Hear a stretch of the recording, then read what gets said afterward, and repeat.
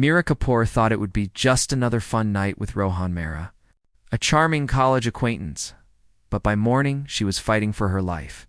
Trapped in a nightmare no one saw coming, Meera Kapoor had always been known among her friends for her independent spirit and infectious energy. At 22, she balanced her college life, part-time work, and social engagements with a remarkable sense of confidence.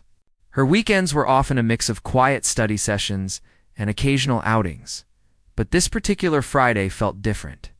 There was an unexplainable restlessness inside her, a need to break away from her usual routine.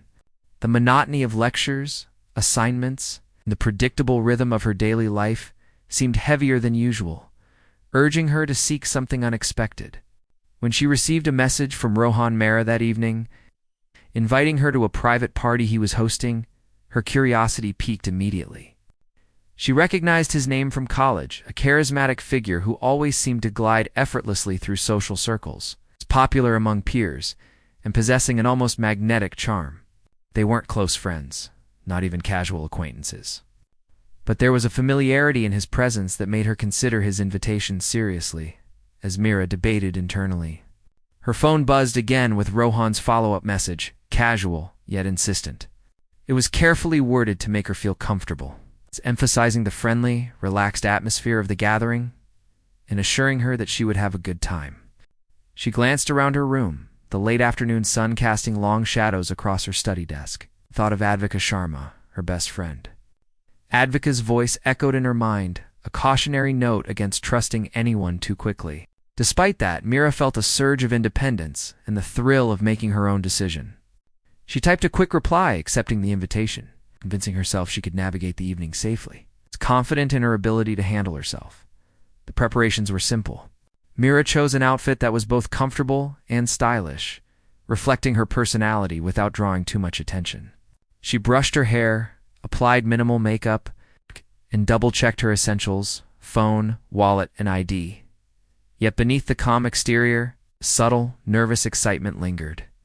There was something intoxicating about venturing into an unknown social environment, meeting new faces, and experiencing the unexpected. As she stepped out of her apartment and into the bustling streets, the golden hue of the setting sun illuminated her path, a contrast to the anxious flutter in her chest. The journey to the party was uneventful, filled with the familiar sights and sounds of her neighborhood. But the anticipation of what awaited her heightened every sense. Upon arriving at the party location, a modern suburban house tucked behind trimmed hedges and quiet streets. Meera noticed the faint thrum of music spilling through partially closed windows. The atmosphere outside seemed ordinary, yet there was a subtle tension in the air she could not identify. Guests milled about casually, laughter and chatter blending with the rhythmic beats of the music inside. Rohan greeted her with his trademark charm, a wide smile and confident demeanor that immediately put her at ease.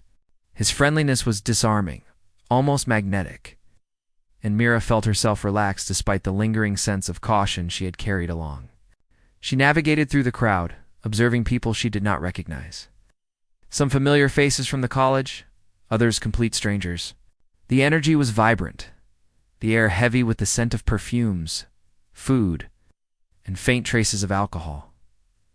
Despite the lively environment, Meera felt moments of unease, subtle cues that something was slightly off. The way Rohan occasionally steered her away from the main group, the overly attentive gaze and the insistent offers of drinks made her pause. Each time she questioned her instincts, she rationalized them away. He was just being friendly, perhaps overly courteous. The night unfolded with laughter, music, and the rhythmic clinking of glasses.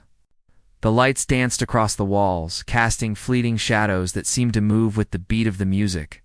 For now, the evening appeared harmless, even enjoyable. Yet beneath the surface, the threads of uncertainty, subtle manipulation, and the unknown intentions of Rohan began weaving a pattern Meera could not yet see. A pattern that would soon turn her ordinary night into a nightmare she would never forget. The party inside the suburban house pulsed with energy. A swirl of music, laughter, and clinking glasses that filled every corner of the space. Meera Kapoor, initially cautious, found herself drawn into the lively atmosphere. She moved through the crowd, taking in the faces around her, most of them strangers.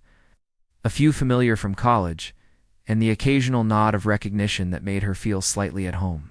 The rooms were dimly lit, shadows stretching across the walls, giving the house an almost dreamlike quality. From somewhere in the background, music throbbed like a heartbeat vibrating through the floor beneath her feet. She felt a mixture of exhilaration and unease, a strange cocktail of freedom and instinctive caution. Rohan Mehra stayed close, guiding her subtly through the crowd. His presence both reassuring and oddly insistent. As the night deepened, drinks were passed around freely. There were glasses filled with bright-colored liquids, their aroma sharp and inviting. And everyone seemed eager to encourage one another to relax, to let loose. Rohan offered Meera a drink. A sparkling concoction he promised would be harmless. A simple addition to make the night more enjoyable. She hesitated briefly, the warning voice of Advocate echoing in her mind. But she smiled and accepted, convincing herself it was just a normal party gesture. She took a sip, the taste sweet yet foreign, and felt warmth spread through her chest. A sense of comfort washed over her. Though it was accompanied by a subtle dizziness she tried to ignore. Rohan remained unusually attentive, appearing whenever she glanced around, offering her more drinks, making casual conversation, steering her toward quieter corners of the house. His charm was magnetic, almost disarming.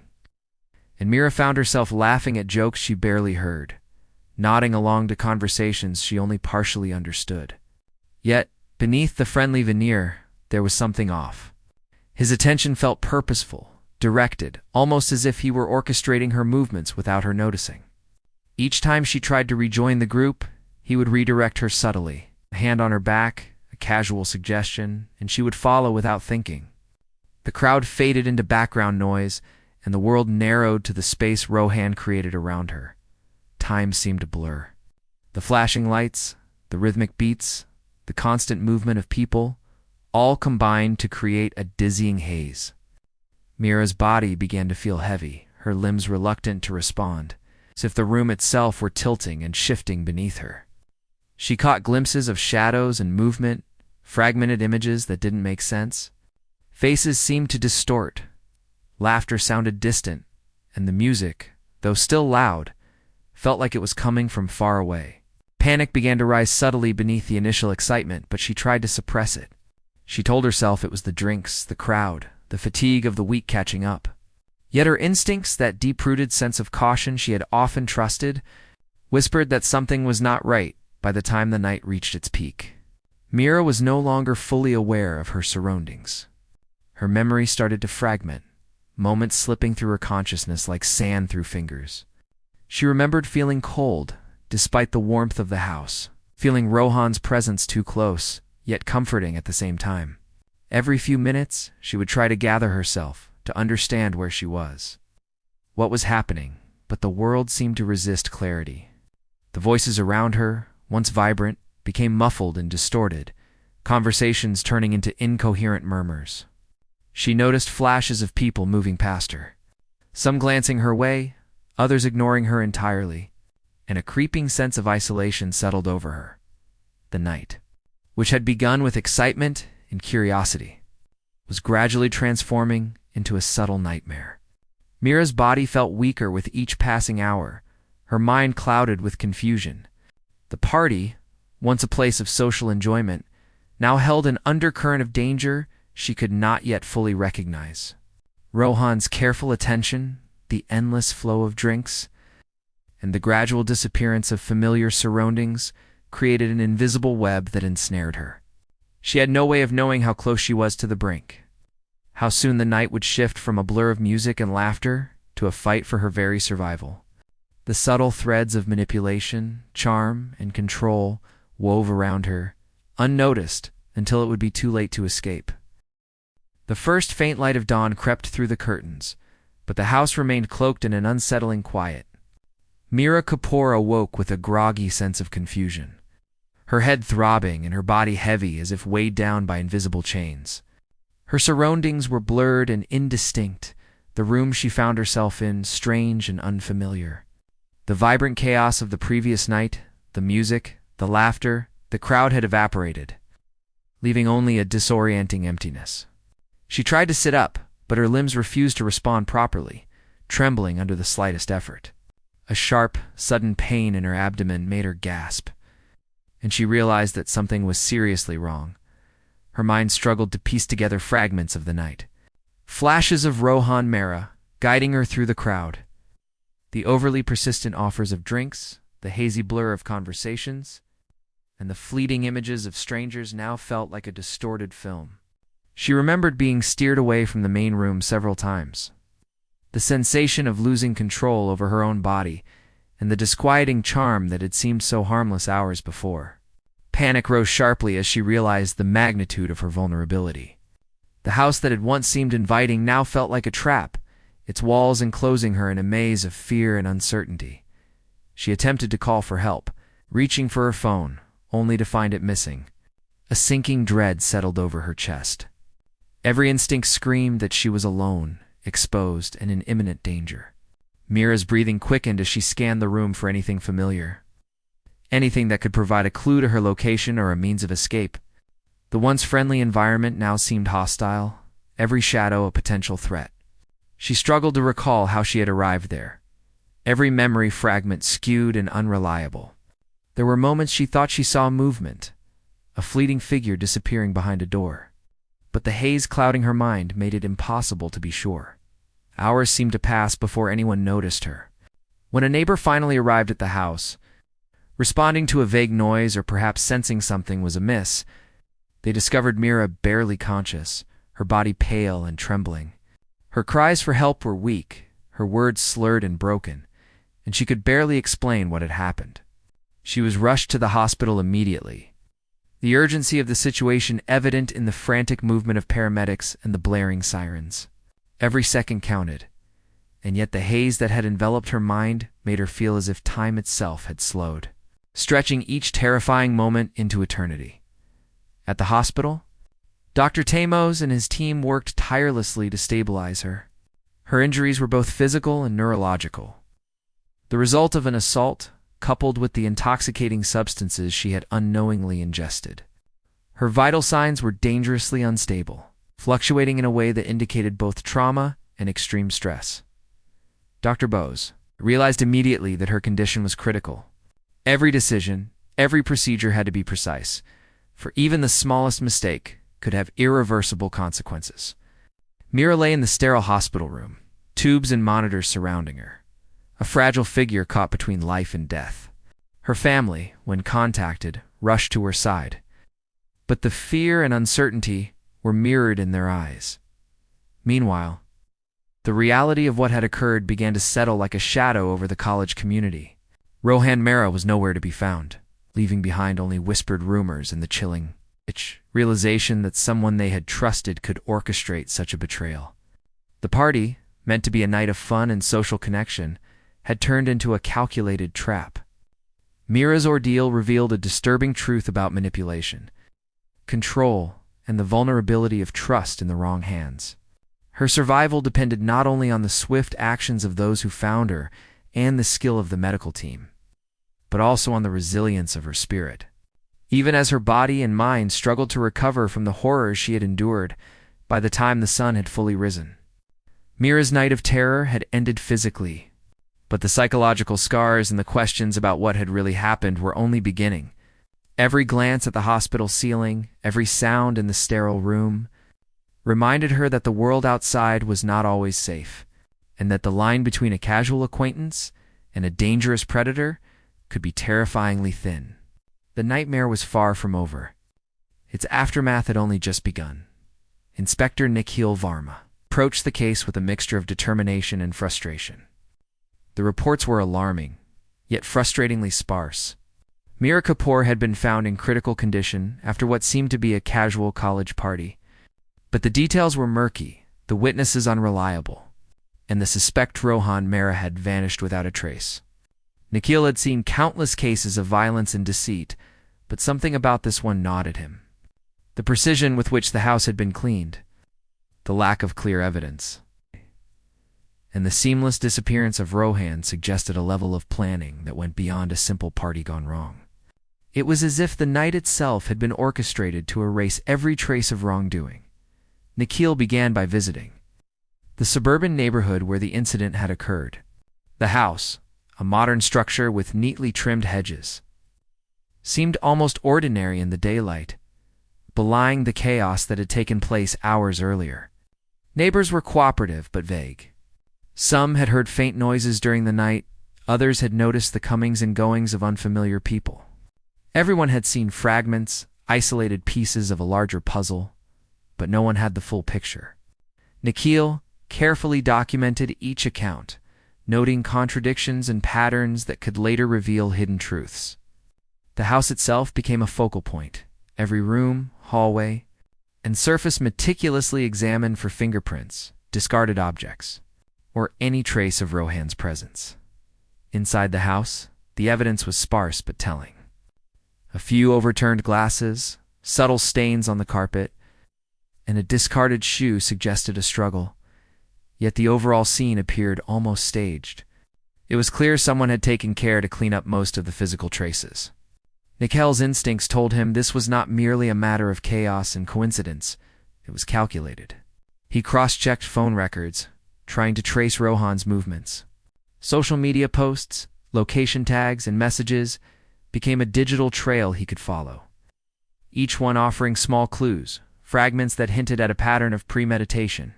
Even the accounts of the other party attendees, though hesitant and incomplete, began to form a skeleton of what had happened, piece by piece. At the hospital, Nikhil met with Dr. Tanay Bose, who provided critical insight into Meera's condition. The combination of physical trauma and the effects of intoxication suggested she had been deliberately incapacitated. Dr. Bose's assessment gave the investigation a new urgency. This was not a random accident. Meera had been targeted, and the methods used indicated forethought.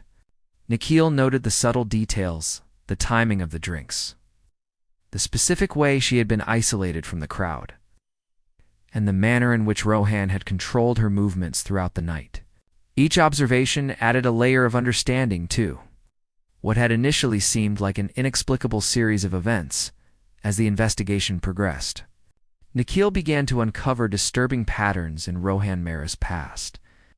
College records, minor complaints from peers, and anecdotes from social circles painted a picture of someone adept at charm, manipulation, and the careful concealment of intentions. The disappearances of his previous acquaintances under mysterious circumstances added urgency to the search. Every lead suggested that Rohan's actions were deliberate, calculated, and potentially part of a larger pattern of predatory behavior. Nikhil understood that apprehending him would require patience, strategic planning, and a keen understanding of human psychology. The deeper the investigation went, the more intricate it became. Nikhil followed digital footprints, traced financial transactions, and pieced together fragmented witness statements. Each clue brought him closer to understanding the night's events, yet the puzzle remained complex. He realized that solving the case would not only mean bringing Rohan to justice, but also providing Meera with the closure and security she desperately needed. The story that began as a casual college party had transformed into a chilling study of manipulation, exploitation, and the lengths some people would go to deceive and harm. Nikhil's resolve hardened. The threads of truth, though tangled and obscured, were there, waiting to be carefully unraveled.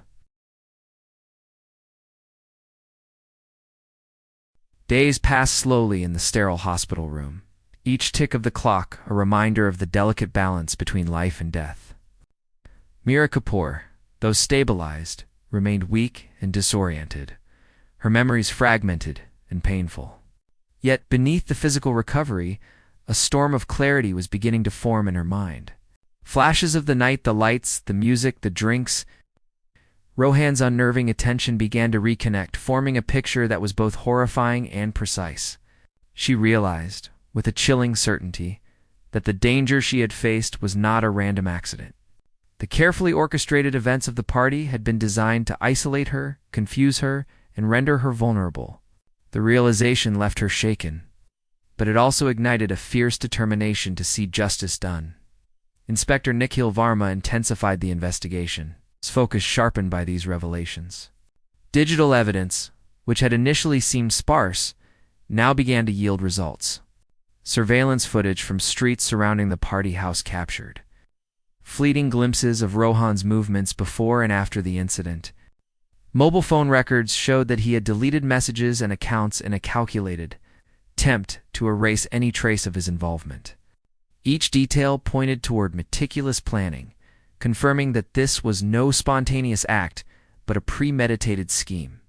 Witness statements were re-examined, and inconsistencies in Rohan's alibis were highlighted, giving the inspector leverage to construct a timeline of his manipulations. As the pieces came together, a disturbing pattern emerged. Rohan Mehra had targeted Meera not for impulsive attraction or casual mischief, but with cold precision, exploiting trust, charm, and opportunity. Other instances of similar behavior surfaced through discreet inquirers, friends of friends who had noticed his manipulative tendencies. Small incidents that, in isolation, seemed insignificant, but collectively painted a picture of a methodical predator. Nikhil realized that apprehending Rohan was not just about this single night. It was about preventing further harm. The investigation became a race against time, tracking digital footprints, following leads, and monitoring locations where Rohan might strike next. Meanwhile, Meera's recovery progressed. Dr. Tanay Bose carefully guided her through physical therapy and neurological assessments, ensuring her body could regain strength, while also monitoring for lingering effects of trauma. Mental health professionals were brought in to help her navigate the psychological aftermath of fear, confusion, and anger that had taken root during the night of the party. Meera began to regain a sense of agency, clarity that was crucial both for her personal healing and for cooperating with the ongoing investigation. She provided detailed recollections of Rohan's actions, the subtle ways he had manipulated her movements, in the moments she had almost realized the danger but had been kept from fully understanding it. Her testimony became a key component in constructing the case. Finally, after days of careful planning and coordination, the breakthrough came. Surveillance, digital tracking, and informant tips converged to reveal Rohan's location. Inspector Varma, leading a team of officers, approached cautiously, aware of the cunning and unpredictability of a suspect so calculated. The arrest was precise, executed in a way that ensured minimal risk to the public and officers. Rohan was taken into custody, his attempts to evade responsibility thwarted by the very patterns of his meticulous planning. The revelation shocked the college community. Someone who had seemed charming and trustworthy was capable of calculated, harmful deception. In the weeks that followed, Meera began to reclaim her life. The ordeal left scars, both visible and invisible, yet she emerged with resilience and courage.